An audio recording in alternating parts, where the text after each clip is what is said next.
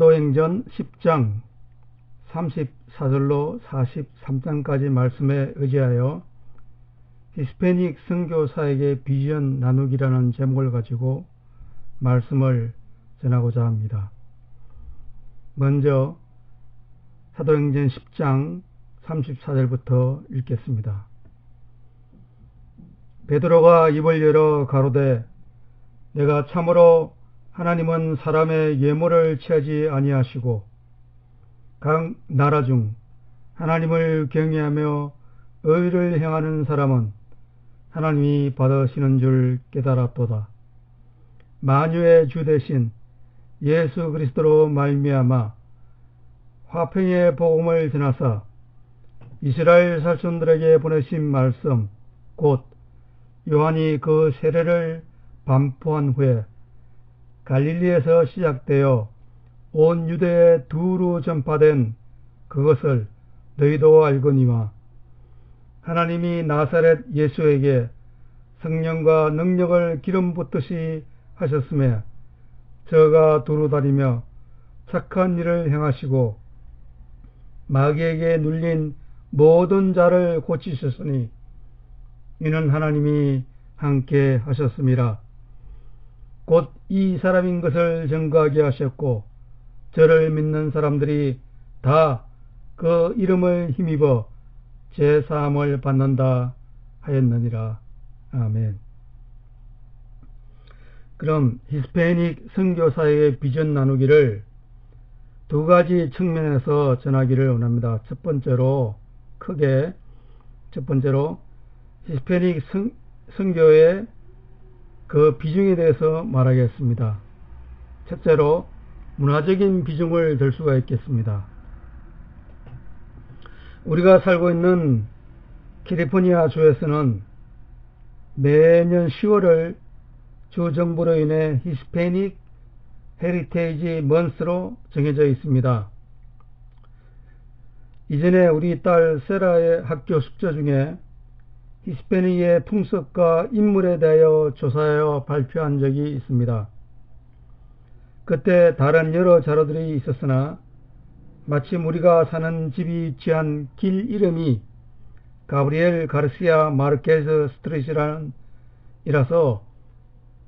바로 그 인물에 대해서 조사하기로 했습니다. 차 보험회사나 건강보험 서류를 확인할 때 늘 눈에 띄는 주소에 대한 오자가 마르케즈 대신에 마켓이라고 표기되어 있을 때가 많았습니다. 더욱이 전화상으로 말할 때 첫 반응은 길 이름이 뭐 그렇게 깁니까? 라고 합니다. 그리하여 제대로 전달되지 않을 때가 많습니다. 그럴 때마다 그 이름에 대해서 제가 친절히 설명해 주어야 했습니다. 그럼 가브리엘 가르시아 마르케스라는 사람은 누구입니까? 그는 콜롬비아 사람으로 유명한 문학가입니다. 그의 작품 세계는 세계적으로 명성을 얻었을 뿐만 아니라 그의 역작인 Cien años de soledad, 즉 100년의 또는 100년 동안의 고독이라는 소설은 라틴 아메리카 문학의 대표적인 소설이며 이는 제3세계 문학의 시대를 열었다는 평가와 함께 노벨 문학상까지 수상받은 인물입니다. 이 경우뿐만 아니라 우리 주위에는 히스패닉의 문화적 영향이 아주 넓게 깔려 있는 것을 조금만 관심을 가지면 쉽게 발견할 수 있습니다. 두 번째로 인종적, 사회적 비중을 말할 수가 있겠습니다. 우리 한인이 선호하며 다수 거주하는 오렌지 카운티는 전통적으로 백인이 마조리티, 즉 인구 분포별로 다수였으나 현재는 백인의 비율이 소수가 되고 있습니다. 이는 두말할 필요가 없이 히스패닉과 더불어 아시안의 숫자 증가로 인함입니다. 이 현상은 LA 카운티는 물론이고 인근 샌버나디노 카운티도 같은 처지입니다. 뿐만 아니라 온 캘리포니아 전역이 이런 추세로 접어들고 있습니다.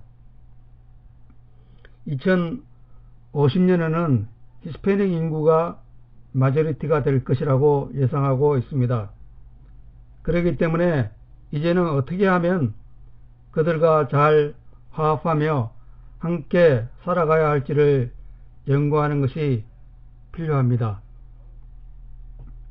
세 번째로 정치적 비중을 들 수가 있습니다. 연방 대법관에서부터 상하원 국회의원, 각 지방 법원, 판사, 경찰 등이 다분히 포진되어 있습니다. 점차적으로 정치적 파워를 키워가고 있으며 그들의 투표는 대선을 비롯한 여러 선거와 특히 이민법 개정에 대한 사안 등에 중요한 영향을 끼치고 있습니다. 아시다시피 부시 전 대통령 일가 중에 히스패닉계가 있습니다. 네 번째로 언어적 비중을 말할 수 있습니다. 히스패닉은 언어 관공서에도 통할 수 있는 공용 언어인 에스파뇰을 사용합니다. 미국의 대선 시에도 후보들이 스페니쉬로 연승할 정도로 그 사용 용도는 막강합니다. 이민 온 한국인들은 제2세대, 제3세대가 흐를수록 한국 언어 전수가 쉽지 않습니다. 그래서 별도로 한글 학교에 자녀들을 보내어 한글 전문 교사들의 힘을 빌려서 우리 선생들에게 배우도록 도와주고 있습니다.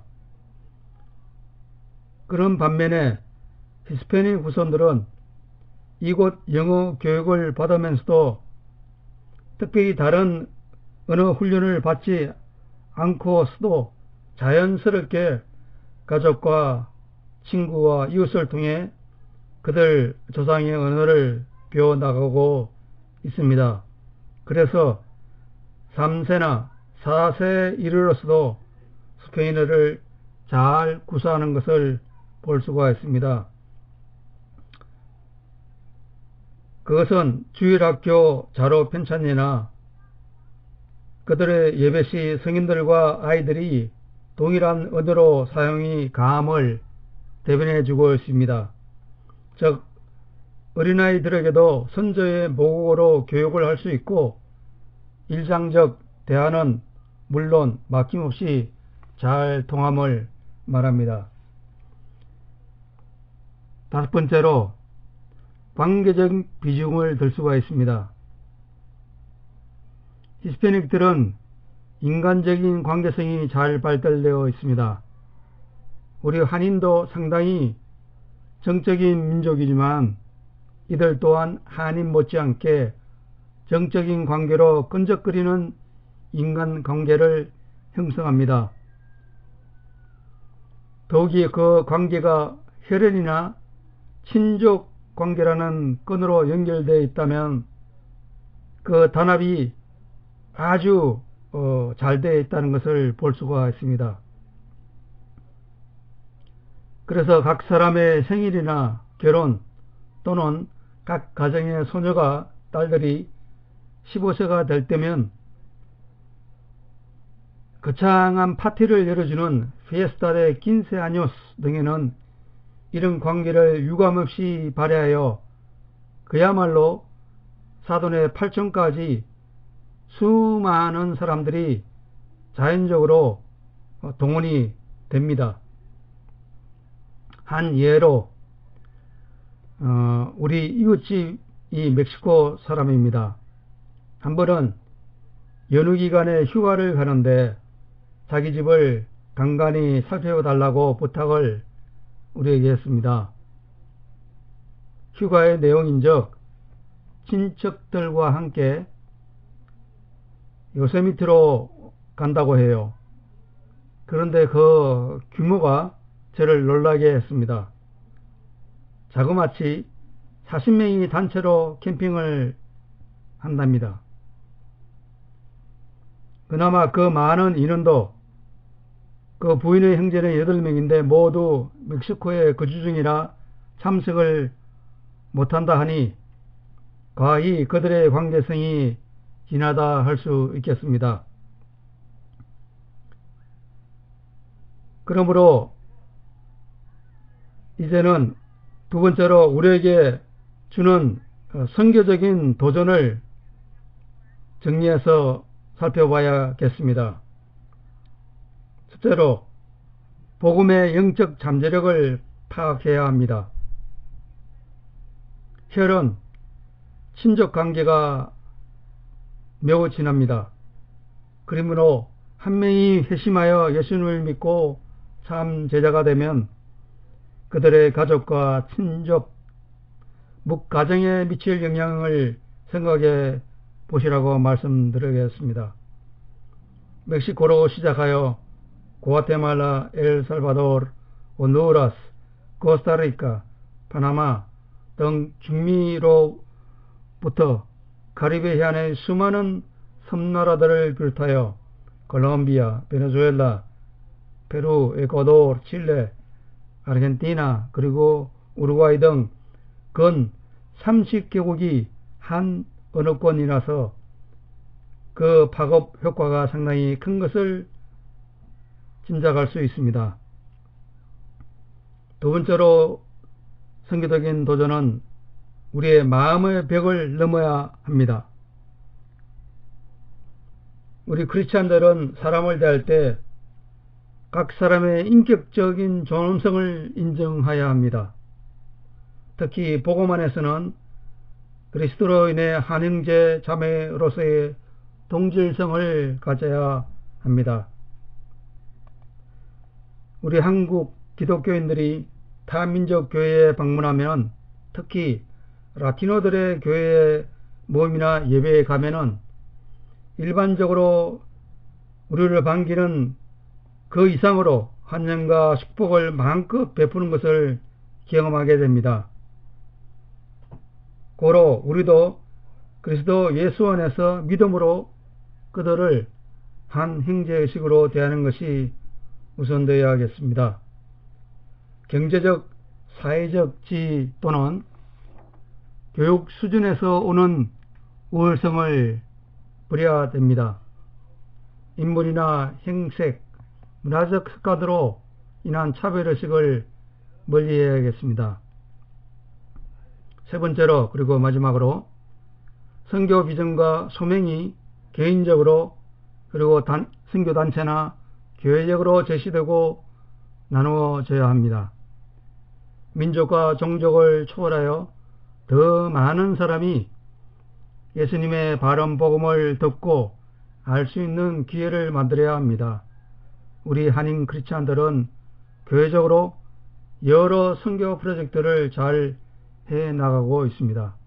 또한 미처 교회가 닿지 못하는 부분에는 크고 작은 그룹이 선교 모임을 이루어 기존의 유명 선교단체 못지않게 사역을 잘 감당하는 경우도 참 많습니다.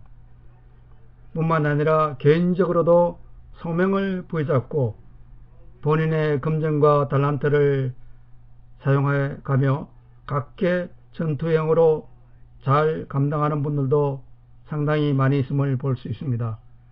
참 귀하고 순수한 분들입니다. 이 모든 형태의 사역과 전도가 좀 더 힘을 얻기 위해서는 어느 정도의 전략 조율 및 정보 교환이 있으면 더 효율을 극대화시킬 수 있고 낫겠다는 생각입니다. 즉 선교 사역이 동력 체계로 가야 한다는 것입니다. 일반적인 예를 들자면 레알 마드리드의 골게테였으며 현재 이탈리아 세리에아의 유벤투스와 포르투갈 국가대표팀의 일원인 크리스티아노 호날두가 골을 몰아넣는 데는 첫째는 같은 편의 수비수들이 상대팀의 공격을 잘 지켜 내기 때문입니다. 두 번째로는 자기 편의 팀원 중 그에게 아낌없이 어시스트하는 선수들이 있기 때문입니다. 또 성경적인 예로는 단연 사도 바울과 그의 선교 동력자들이 말할 수 있습니다. 사도 바울에게는 누가라는 의사이면서 책임감이 강하고 무엇보다 예수님의 심장으로 이방인들을 긍휼하게 여기는 멋진 복음의 동력자가 있었습니다. 실라와 디모데가 중요한 선교 프로젝트를 바울과 함께 이루어 나갔습니다. 또한 사도행전 18장에는 바울이 어떻게 아골로와 브리스길라 부부를 만나 그들과 함께 귀한 협력의 사역을 감당했는지를 알 수 있습니다. 그 외에 사도 바울은 로마서를 마치면서 30명이 넘는 동력자들의 이름을 하나하나 부르면서 감사하고 축복하고 있음을 볼 수 있습니다. 그들은 각자의 은사와 소명으로 여러 다양한 방도로 예수님의 지상 명령을 감당하는데 바울과 함께 씨앗을 뿌렸습니다. 얼마나 감사하고 아름다운 동력 관계입니까?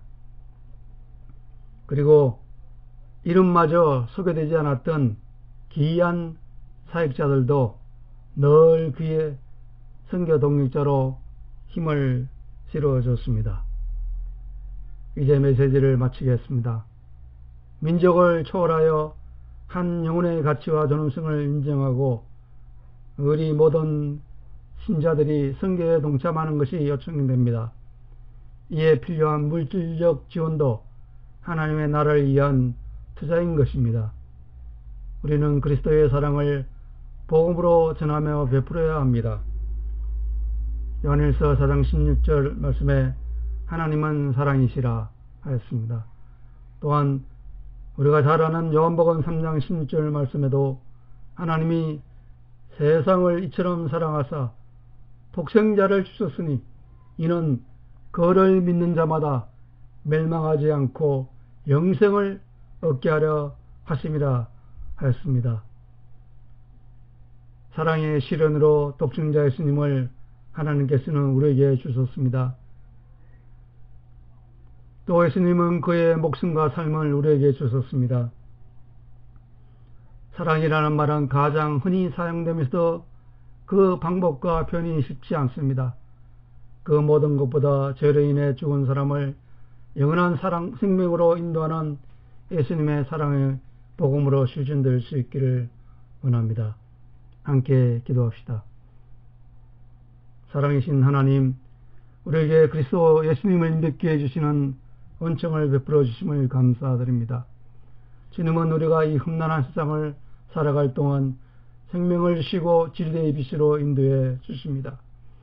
영생에 대한 확신 속에 하나님의 나라의 백성으로서 또 복음의 일꾼으로서 이 땅에 가는 날까지 사명을 다하게 도와주시기를 기도합니다. 우리 주의 탄정을 보면서 예수님의 심장과 바울과 뭇 사도들이 가졌던 그 흥민한 마음으로 그들을 대하며 성경적 방법으로 복음을 전하고 주께로 인도하는 길을 열어주시기를 바라며 기도합니다. 예수님의 이름으로 기도합니다. 아멘.